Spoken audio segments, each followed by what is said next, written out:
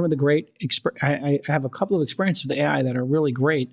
Notion has a phenomenal AI built into it, and so does Zoom with the AI summaries. I love getting these AI summaries of calls. I ask people permission to turn it on, and we get a summary and the bullet points. Really well done. And I think it really showcases the kind of the impressive impact that AI is having on workplace productivity. You don't need to buy SaaS tools. You don't need to have service providers do stuff for you. Individuals, by the way, it's only getting better.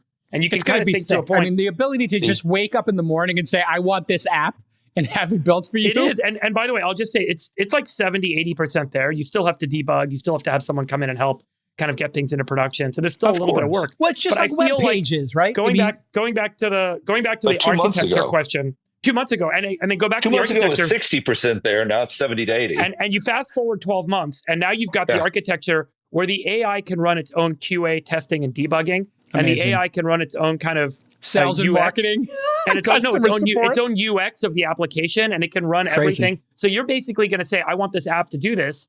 It builds it, it tests it, it builds the UX, it tests the UX, it iterates the UX, it does everything streamlined for you. And then you show up a couple hours later and you're using a new product that was built on the fly for you. It is, and we're literally like climbing this ladder, Gavin, like very quickly, that it's going to totally change this. The entire software industry is like getting re-architected. I could guess Freeberg's app at his company hackathon. What do you think I made?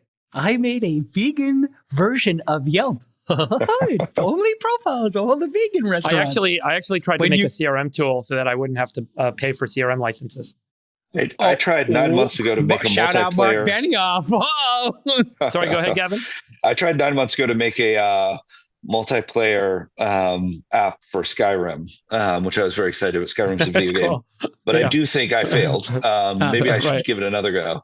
But you learned. You didn't fail. I learned. I didn't fail. I learned. Yeah, I have a growth mindset. But we learned the limits. We all tested the limits. Yes, we stress tested the app.